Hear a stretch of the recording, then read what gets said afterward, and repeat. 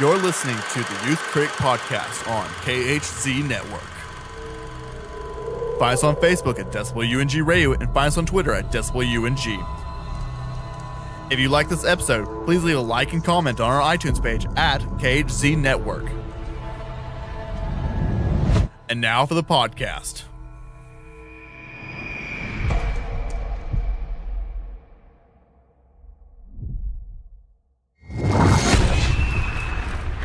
What's that?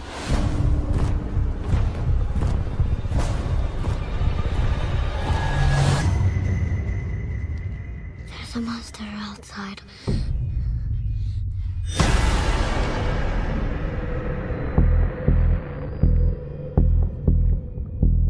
What you people discovered is bigger than we ever thought possible. How big is that thing? It was the largest shark that ever existed. A living fossil. Thought to have been extinct. Welcome to the Youth over Critic 2 Podcast. million I'm your host, years. Cale Smith. Joining me today is Gina Aversa from the Waffle Press. What's up?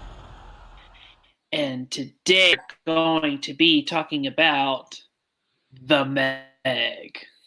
the shark movie you didn't know was the shark movie that you didn't know was going to be popular, but until recently, and it's kind of the talk at the moment. Yeah. So Gene, what did you think of Warner Brothers and China's $130 million big? Well, I was very impressed by it. I thought it looked ridiculous seeing the trailers, and I think it was a good kind of ridiculous, I would say. It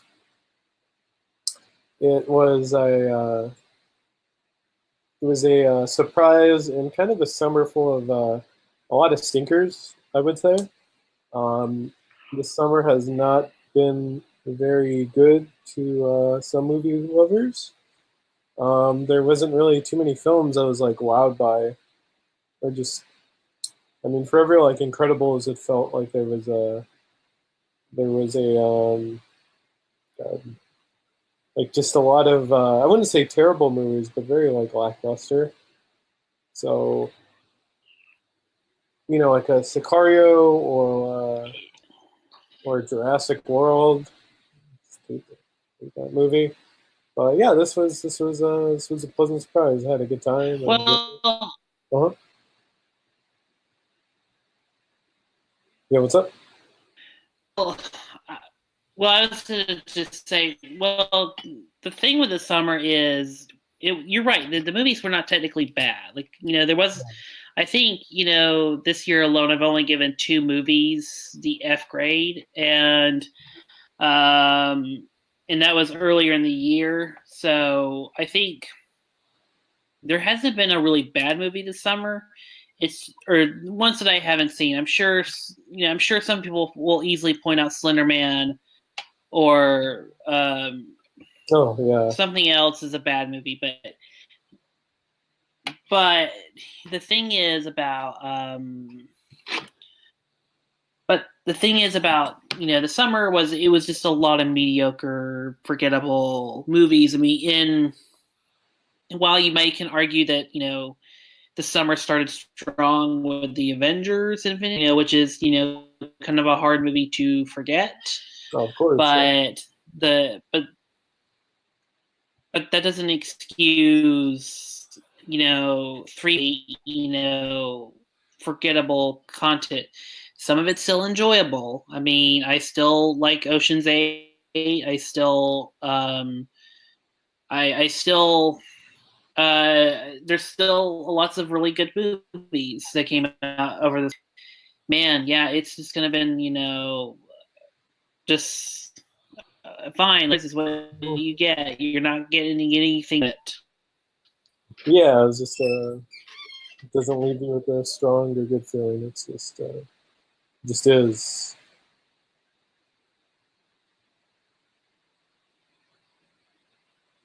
yeah, it's just been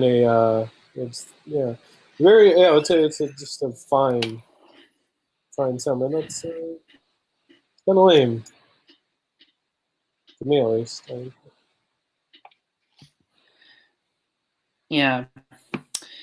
So in regards to the Meg, I'm surprised how kind of an event movie. Like, people were actually talking about it. People were actually kind of getting excited about it, and it seemed to me that the Meg, it got such huge budgets very quickly because it didn't really come out till like. It got really big buzz. It got buzz kind of towards the end, towards as we got closer to the movie's release. Yeah.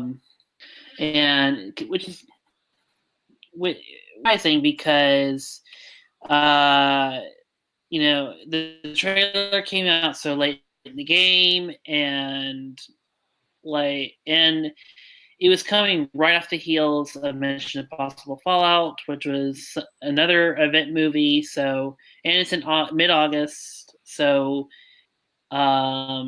it's kind of interesting to see that this movie is doing slightly well. Given that no one really goes to like shark movies anymore. I mean, yes, The Shallows did very well, and apparently 47 meters down did well enough to do another to garner another sequel, but still, but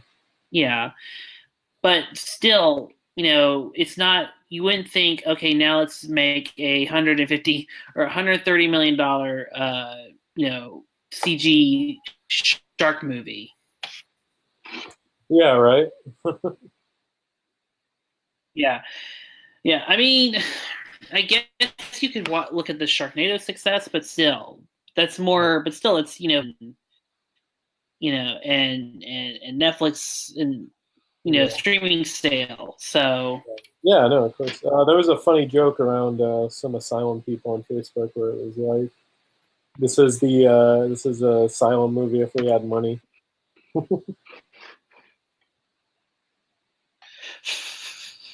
Yeah, it really is. I mean, and it really does follow the plot beats or the tropes of an asylum movie beat for beat. Like, you don't see the shark that much throughout the film, and you're only in like a few location movie. Yeah. And you're working with, I don't want to say B-grade actors, but you're working with actors that are not in. You're not working with the Chris Pratts. Or the state. Jennifer Lawrence's. Yeah. I mean, it was a solid cast, though. I will say that. Oh, yeah, I mean, sure, but it's I think yeah, but I mean, it's not a cast that you just go, okay, this is an all-star cast. But yeah, so going into the Meg, it's interesting because I saw an interview where John Turteltaub was like, had a way to make this movie, and they were trying to figure out a way to do it unexpected, and I think they accomplished the goal because they made a competently well-made movie with excellent production value. I mean, all the sets look great. Nothing in the movie looks like horribly CG'd, and the action looks very well done. But it's still kind of a cookie cutter cliche story, and like half the people that die, they don't die by being eaten by the shark. Yeah, right. Yeah. Very well said. Not to get too much into spoilers, but like but not many shark deaths in this movie. Not too many shark deaths as much as not everyone gets Shark death. Yeah, didn't have enough shark kills, I would say. Yeah. And that's the only. If I had one fault against the movie, is I wish it's more bombastic and crazy, and the shark just did like really dumb. But then again, I was thinking, okay, this is the next Geostorm, where like every minute of the movie you just laugh at how like insane everything is. Uh-huh. But this movie, it's really like trying something movie. It's really trying what? It's trying very hard to be a competent, exciting film. Yeah, I would say that. So, more extensive thoughts on the movie. What's up? What are your more extensive thoughts on the movie? Well, I think the better part of this film was the cast, and it was trying, it was still kind of a dumb shark movie, but it was trying like something different with the I would say just some of the background to this movie, where it's in this technologically advanced kind of like sea colony thing. I don't know what it was. I guess it's a giant sea bubble thing. And they were looking for creatures in the depths and stuff like that. And there's a lot of adventure to it. It was nice trying to just kind of tell a story that I haven't really seen in a while. The state, as they call him, was on top form, and just kind of just all the just people that they had that you wouldn't expect in kind of a B movie like this, like Ruby Rose or Rainn Wilson, and the Chinese actress that name escapes me right now. They were just they were very well suited to the roles, and they made for a fun experience. I can't really think of many other thoughts, but it was certainly fun. And that's where I'm going to jump off of is, while the cast is really good, especially like Rainn Wilson, Rose, and of course Jason Statham, but also commend, is it Lil Bing Bing, I think? Is that how you say it? I think, yeah, I think so. And I have to commend, that performance, and I have to. It's like everyone is trying their hardest, to make this work. Mm-hmm. Which is interesting. Which is interesting because it's a risk to try and make this work, because in a way, if you try and make this work, and it doesn't work, it'll just too campy and unintentionally hilarious. But John Turteltaub, I think, does the hard work in trying very hard with both this, and crafting the movie, in that he's trying very hard to make a movie sensible, and also like it has character development, and it moves in an unexpected way, even from character wise, even though the plot is pretty much already see a lot in sci-fi channel movies. Yeah, definitely. Mm-hmm.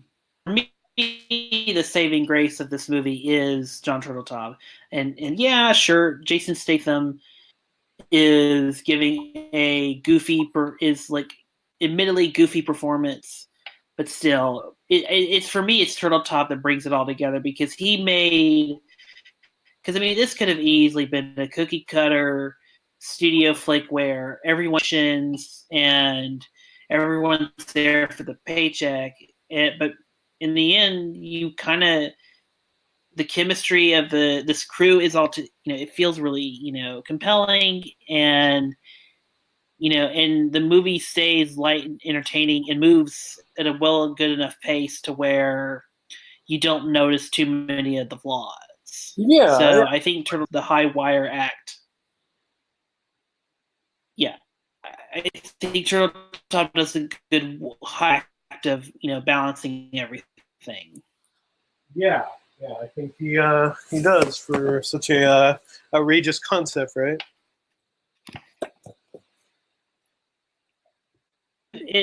Even like as they try to explain the science of this, it's still kind of dumb, but you're still kind of, I was still kind of in it. Yeah. Yeah, everyone was just kind of like, yeah, this is dumb, but I like it, right? Yeah. Yeah, I mean, I'm hoping this would be a dumb movie, and it is, but it handles everything in a, I don't want to say serious way, because that means, because people will kind of interpret that as, oh, it's like the Dark Knight of shark movies. No. No, it's taking itself. I don't even know if I was on the Dark Knight of shark movies. Oof. I think what the Meg is just trying to do, it's trying very hard to give a weight to this. It's trying very hard, to the central conflict of the story, in that there's a shark that got to leave. We bent the rules of nature, and now we got to go and stop it, and now we got to stop it before it kills, 1,000, like swallows like 1,000 people in this bay. Mm-hmm.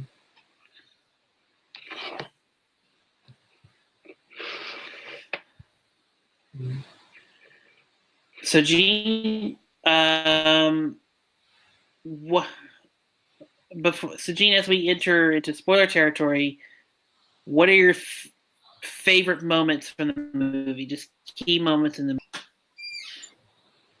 I think the finale with Jason Statham on top of a giant megalodon getting just like going through this ocean, and he's just like on this crazy wild ride. That was so dumb. It's great. And also the Ray Wilson death is just it's so stupid how he gets killed, but so awesome. Yeah, that's the finale of this movie is the like wink wink, like that's the cool moment of the movie, and it really is. It's a very well deserved, even though I wish there were more moments like it. It's still just fun. It's really, that moment's just great. And then it's so silly and over, and and doesn't make a whole lot of sense of what's happening, but you're just like, what, this character die. He's going all Ahab on this, so he deserves to die. Yeah, and he does, get his workers killed too. So. Mm-hmm. Yeah, and it also, I love the moment all the sharks just like go past Jason Statham. Oh yeah, no, that was one of my favorite things. Yeah, that was just so like, it's so cheesy and silly, because you're just like, oh my god, where did all these sharks come from? Yeah, right. But it's still really good. Yeah. I wish the movie had that. Yeah, I mean, there were some, cringy moments for sure, but you know what you're getting into this type of film, right? Yes, yes, you do. Yeah. So Um, yeah.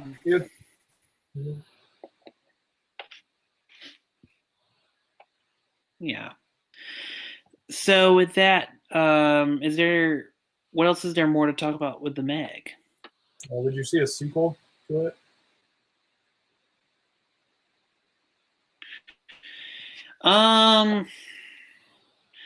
Here's the thing that this premise does brilliantly is that I can't remember what the trench is called, but once they go through that trench and basically open it up, they basically open the Pandora's box of possibilities for not only this movie, but for future movies.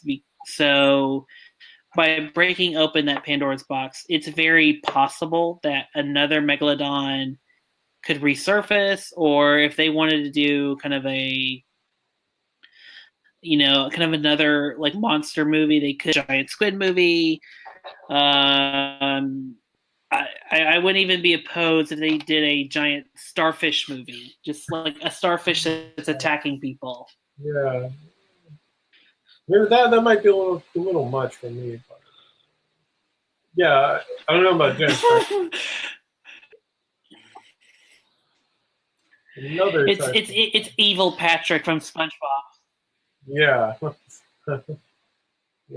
yeah. But I mean that's this. But I mean that's what I'm saying is that by having that explanation, like as like flimsy as the science is on that, it still works as a as leaving the door open for multiple sequels, because there's no telling how many Megs came out. Yeah, right. And there's no telling, yeah. Mm-hmm. So the door is open. Yeah.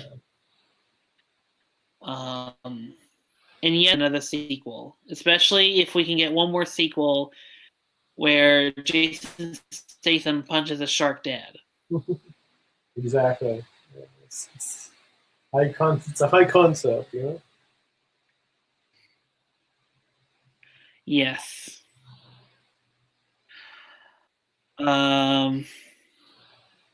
Is there any more to say for now on the Meg? No, I think those are my thoughts on the Meg. If you like fun, dumb movies, it's going to be your thing. Don't go in expecting Titanic, but just keep an open mind and you'll have fun. A lot of crowd-pleasing moments. That's what I'll say too about the Meg. Keep an open mind. It's it's not going to be the most entertaining movie of the summer, but I don't think you'll forget it. I think there are just enough fun moments. Yeah, I think there's enough fun moments in this movie to where you can enjoy it. If they do another sequel, I hope that they go more bonkers and more crazy. But I think but overall, I think it's a fun movie, and I recommend it. Yeah.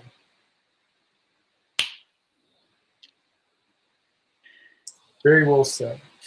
So with that, Gene, we have one. Thank you. So with that, Gene, we have one more person we're going to talk to about the Meg. So in the next segment. So, Gene, where can the good people find you? Sure, you could find me on Twitter and Instagram on Gene9892. You could go to the Waffle Press and see our some cool content there and some videos coming out. That'll be pretty awesome. And yeah, subscribe to there. And I would appreciate it if someone does. It's looking for new members. Awesome. All right, we're going to go on to the next person. And Gene, thank you for being on the show. Of course. Thank you for having me.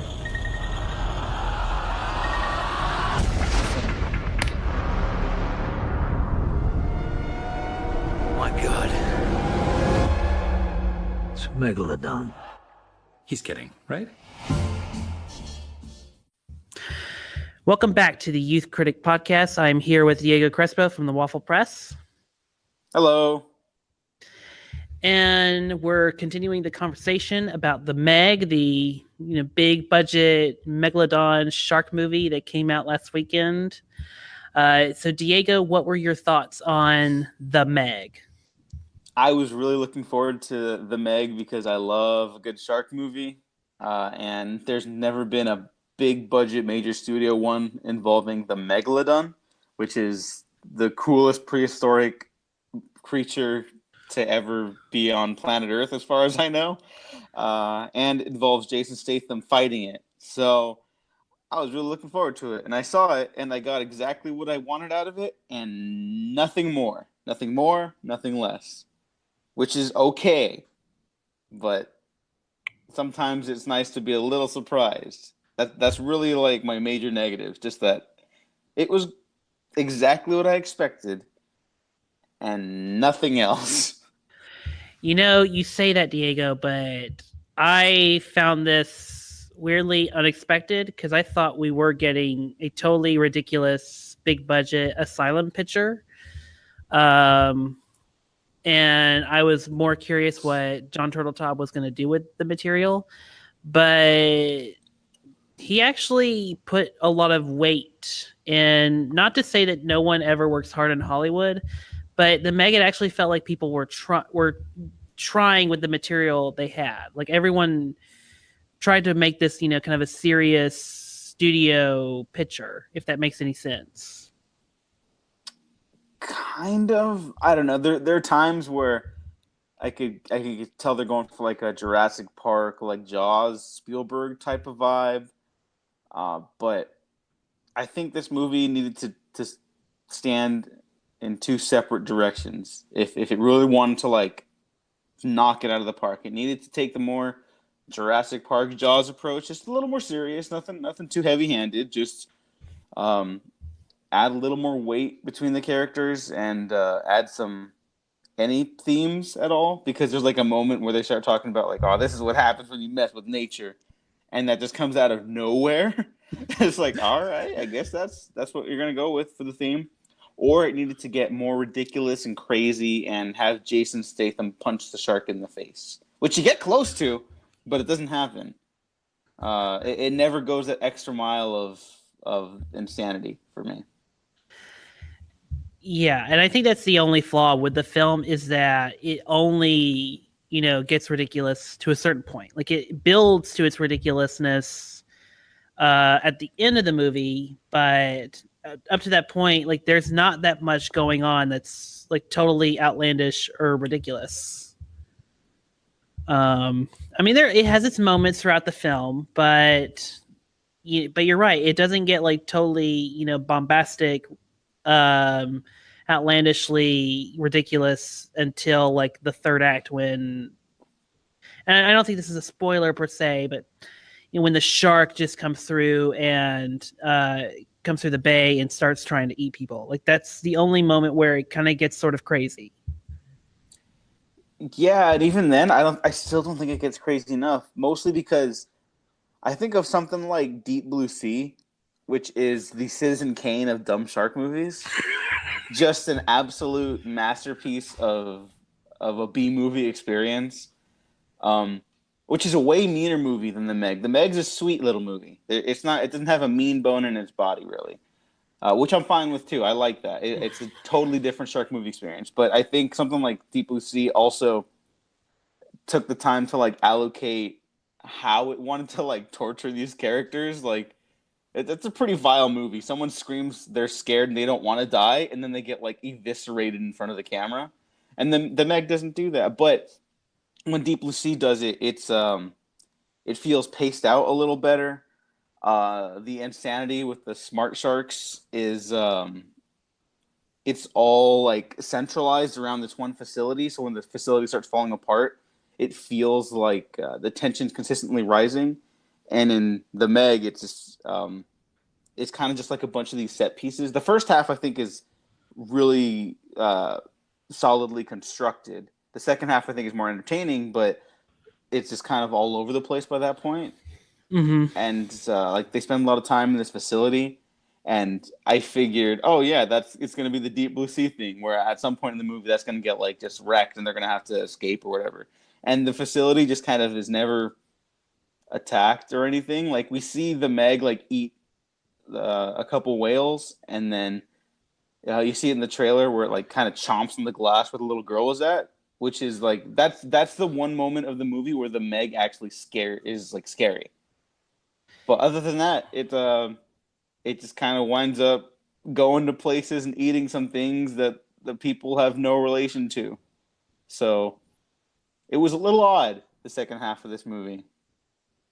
I'm still at odds about how to feel about that, even though I do think that ultimately that half is more entertaining. The first half is the better quote-unquote movie.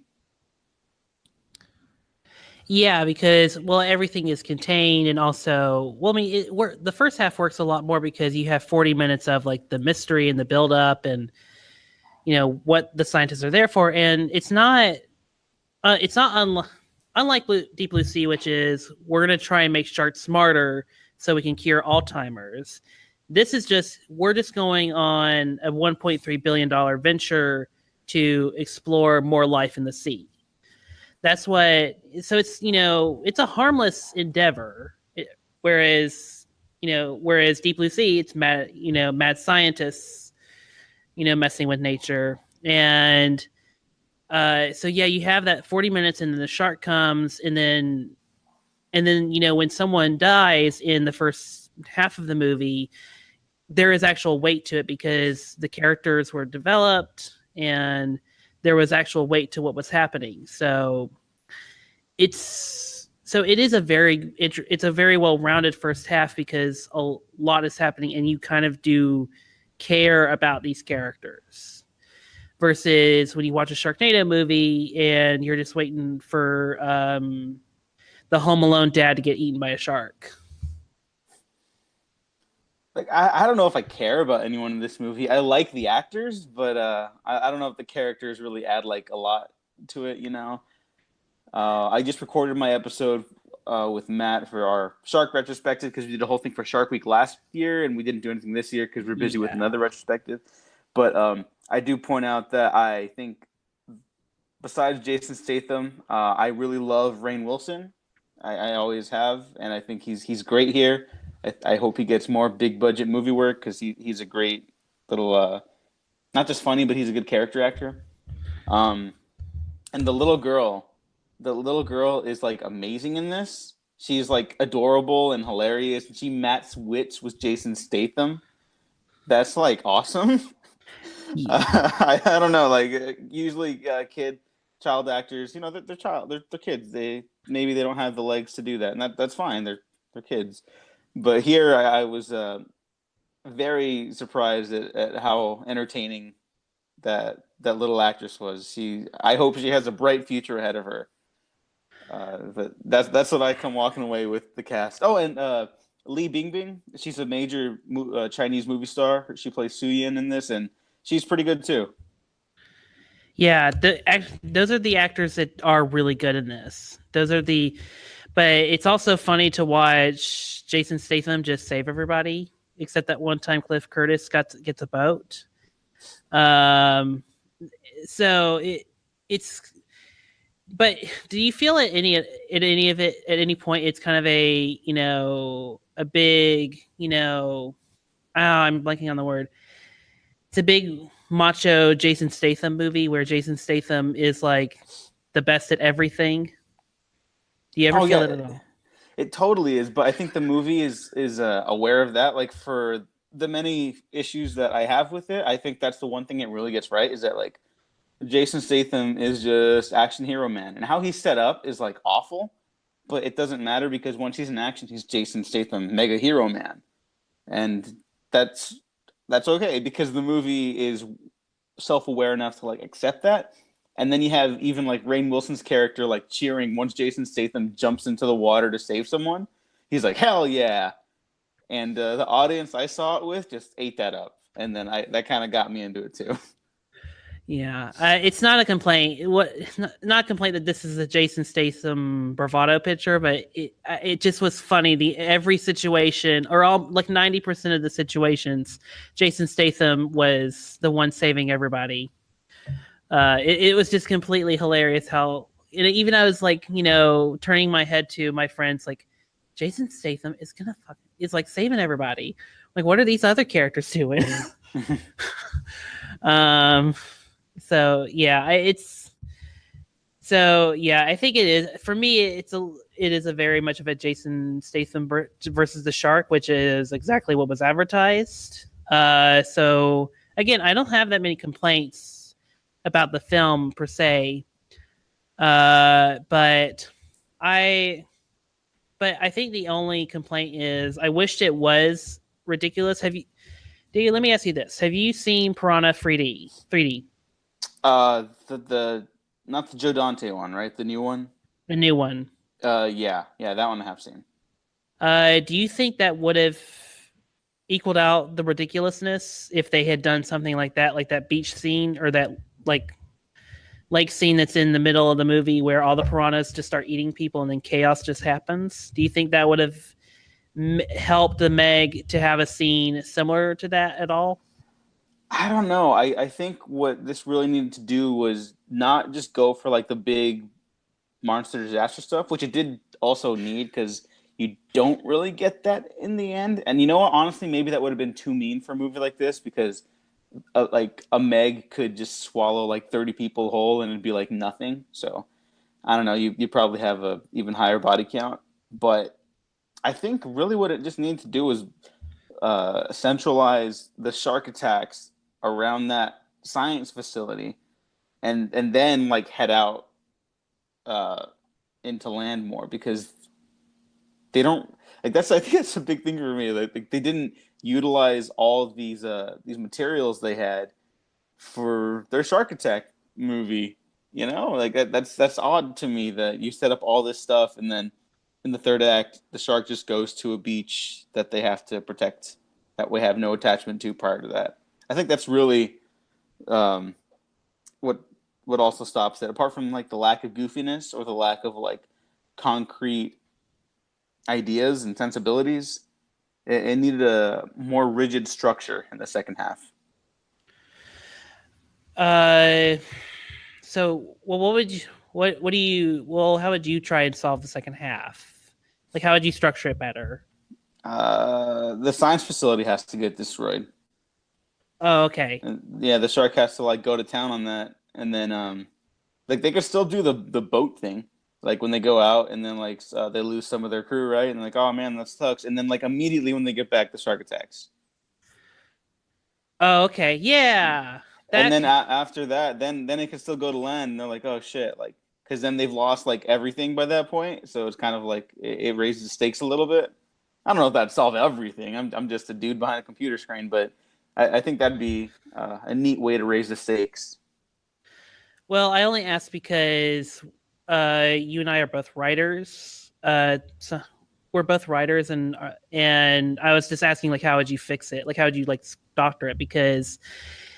But that's actually a good way. Just do their little boat thing, and then come back. The shark just attacks the science station, and then that blows up, and now they have to like ride on boat to like the seashore with whatever little they have to stop the shark from attacking the mainland. That's actually a good idea. Oh, thank you. Why didn't they do that? Why did they have just Rainn Wilson go on a bravado hunt? Yeah, I don't know. I do like Rainn Wilson's character in this, even though he's like he's kind of Elon Musky, but like less evil. Like he makes mistakes, and he's a I don't know. I don't think he's like a pure villain. Like every monster movie kind of has like that corporate douchebag now, but he's not a full on like threat. He's like an accidental threat by like keeping information, but not like actively trying to be a Paul Reiser from Aliens. Yeah, it's only when he goes on. You know what? Let me just put the spoiler tag. Spoilers here. Spoilers. when he goes on his bravado hunt and then gets killed, it's kind of ridiculous, like why he does it, like why he goes on his little bravado hunt, because because his whole reasoning is we have to do this so we can like minimize the lawsuits and whatnot. And I'm like, wait, who's gonna sue? I didn't see anyone threat to see. Why would anyone blame you for this? Like, do you have a reason why he would be so afraid of the lawsuits and basically the whole journey of like why he would do this bravado hunt?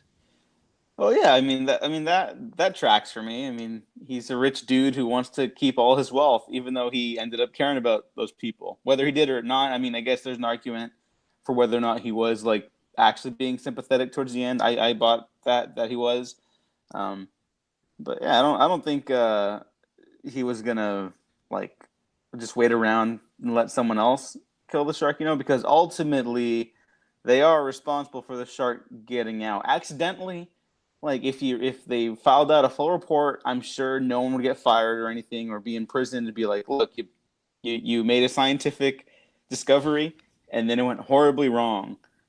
That's all. The sharks were already down there, and that's it. I think that would be okay. Yeah, but I don't. From a business standpoint, after that, a lot of people died, which is bad. Yes, but it's still like that's the only mean part of the movie is the shark coming out and eating Rainn Wilson. In my opinion, that's the meanest part of the movie. But like you said, it's the supposed accidental villain. So yeah. Like he's not even like an antagonist. It reminds me of like Ant-Man and the Wasp, where like there's really not a villain in that. They're just people that have like different goals. And it's not until the like very end where someone gets like guns drawn on them in like a threatening manner. But it's like there's not really a villain in Ant-Man and the Wasp, and that's totally cool for that sort of movie, And this the Meg is a nice little breezy summer action movie to wind down the summer movie season. Just nothing outstanding, nothing awful, nothing bad even. Some odd editing choices here and there, but. Really, no. It's just a fine little breezy movie with a bunch of people who the cast really likes each other. That's what I took away from this too. Like, no one in the cast really like has a grudge, and if they do, it's squashed within like 2 scenes together, and then like, yeah, we got important stuff for you, but I'm sorry about this. I'm sorry about that. Whatever. It's all good. Even Jason Statham and his ex-wife, I can't remember the actress's name. She's pretty good too. And they're like, oh yeah, like, oh God, of course we're gonna have to work together. And then it's like, no, they're cool. Like, yeah, we were married, but didn't work out. We're better friends. Cool. Jessica McNamee, I think. Okay, well, I just thought that was like so odd to see in a movie like this in a good way. Everyone's always like at each other's throats and like getting up in each other's faces, and here it's just like, yeah. We all like each other. We're all just good at our jobs. That's awesome. Yeah. Everyone's realizes they have to work together in order to fight the Meg. It's not, a cliched situation where a bunch of antagonizing forces are having to work together. It's basically Robert Taylor's character and Jason Statham's character. They have a grudge, and because of what happened at the opening of the movie, but that's kind of squandered after the first 40 minutes of the movie, and even that character makes it up for kind of his lack of judgment or misjudgment in a very heroic way. Yeah, and I think that's great. Just it's a totally different approach to a movie like this. Just let your characters all be buddies, and then even though they're not the deepest characters, it's kind of I actually expected a higher body count, so maybe this point might not even like land that well. But so that way when they do get eaten, because plenty of them do get eaten, it'd be like, oh no, that guy, Yeah, and I think it means a lot when they are all buddies, and then they see each other die after one mishap after the next. Because you're right, there isn't a huge body count, but they do really struggle hard to kill the shark. So when someone does die, it does matter. I don't think you're supposed to care so much about the characters, but I think you're supposed to understand the weight and the stake of like having the shark run amok. Yeah, I'd agree to that. Yeah, so overall, it is a fun movie, and there's not really too much deep, which is good because I think the deeper, more interesting movie is the BlacKkKlansman movie that's now out. That and the Meg is just a fun movie, and then Slender Man is just a movie no one wants to see. Yeah, fuck that movie. Oh, sorry. Am I not? You can cuss. You can cuss. Okay. No, I still want to get in a huge rant, but that Slender Man movie, the politics behind it are like super gross, and they take advantage of a very tragic situation, and I cannot even imagine how that got greenlit. That's just super gross. Yeah, the only thing interesting about the Slender Man movie is the behind the scenes drama that led on in post. That's really the only thing interesting about it. Yeah, that's nasty. And I still need to see BlacKkKlansman, but I'm a huge Spike Lee fan, and I have no doubt that he knocked it out of the park. I'm sure that's a wonderful movie. I got to check it out this week. It's his best movie in years. Just throwing that out there. All right. I loved Chirac. I want to put that out there. For anyone that hasn't seen Chirac, go check out Chirac. It's a little different. Swings big, hits big. So yeah, and same can be said for the BlacKkKlansman. It's a dark comedy at times, and then when it needs to be serious, it takes itself serious. But yeah. So, any more thoughts on the Meg? It's kind of a fun movie, but it wasn't quite the fun experience. And do you think it would have been more fun if it was an R-rated movie? For a little bit I did, but honestly, Jaws is a PG, and a child dies screaming, and like a fountain of blood gushes out of the ocean. To be fair, the 70s were pretty light. I don't know. I've heard people say that. That's a pretty fucked up movie. But no, I mean, if you're gonna do a PG-13 shark movie, The Shallows did it. That was PG-13, right? I think I can double check, but go ahead. That movie's got some blood, but it's like really brief spurts here and there. But the Meg, if you're gonna do a PG-13 shark movie, this is kind of the one to do it with because the Meg is so big that it could just swallow people whole. You don't really need to see blood. Maybe you could see like some traces of blood if it's like swallowing entire crowds, and you see like a little red stream like go around the Meg, in the water, but.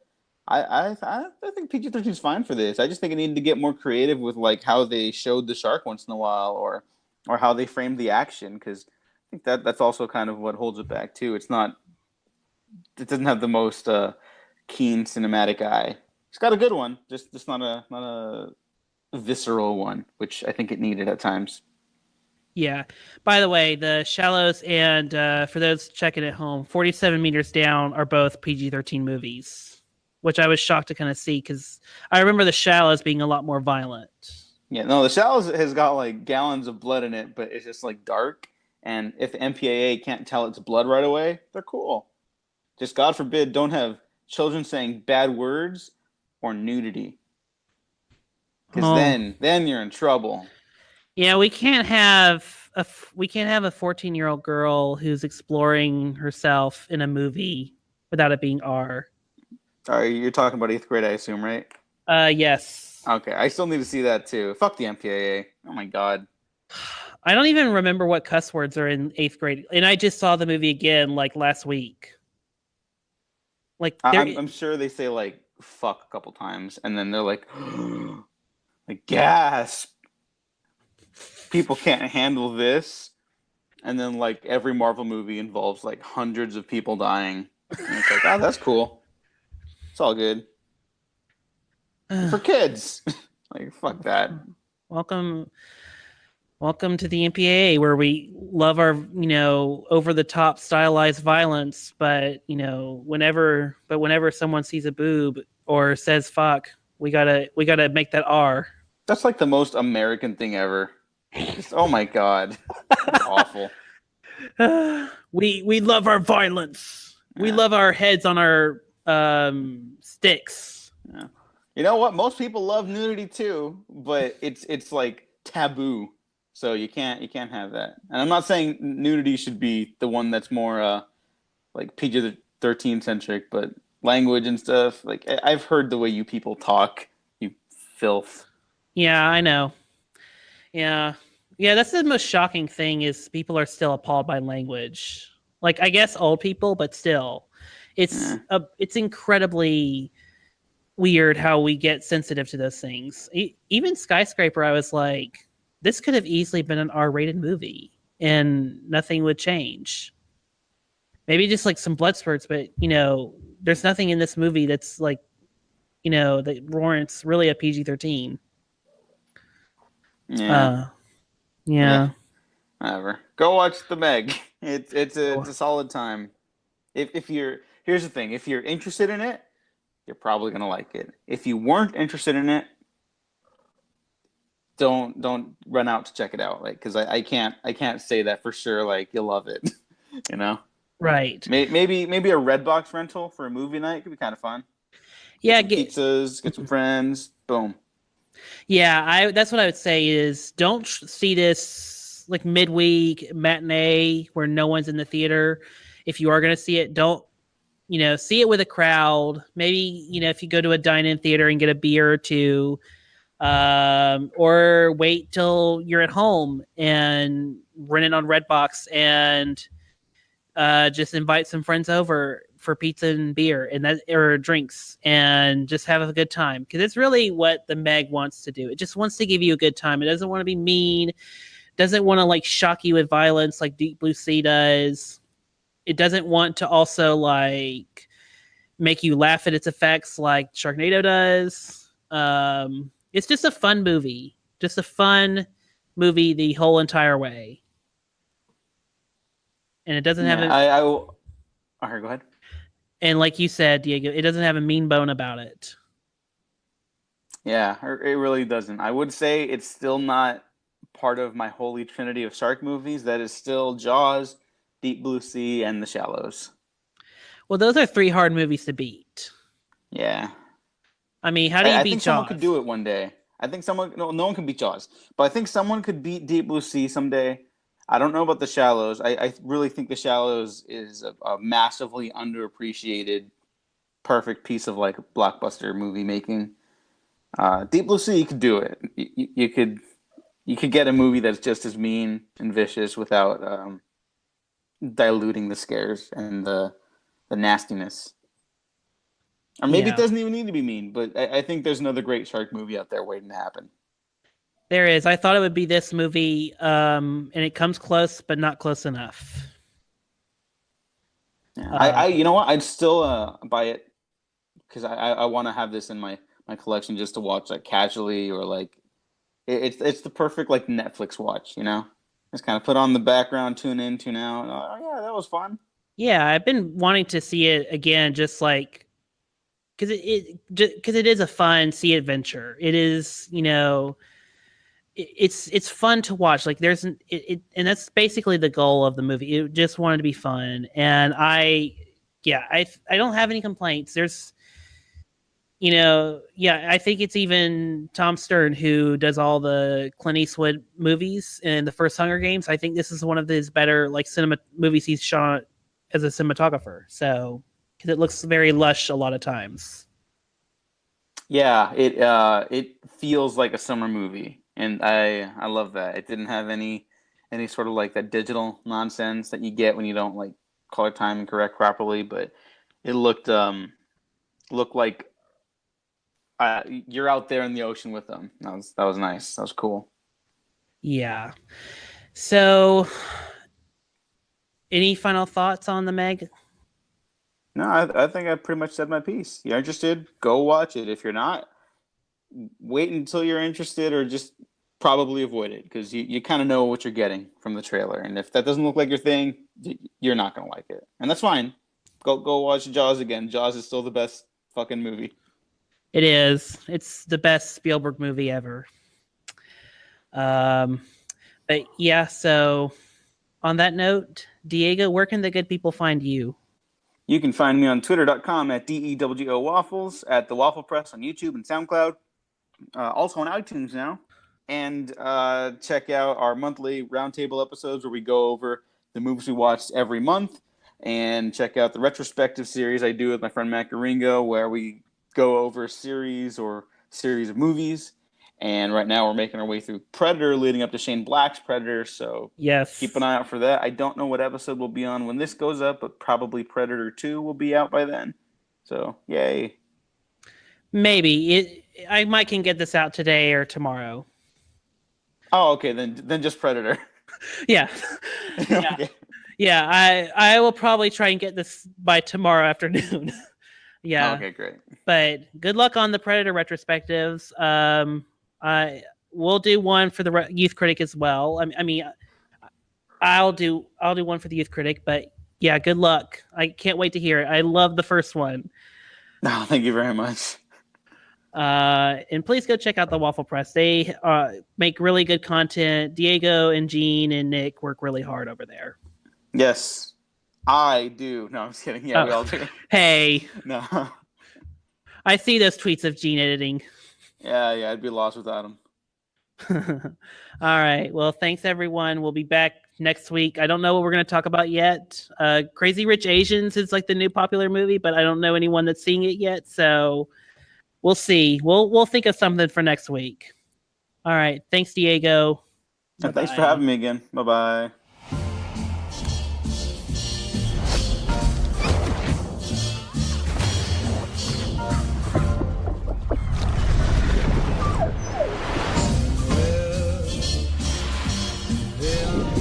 That thing's out there.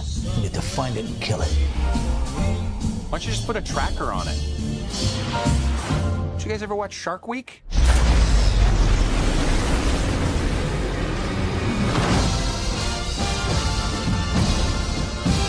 He looks heroic, but he's kind of got a negative attitude.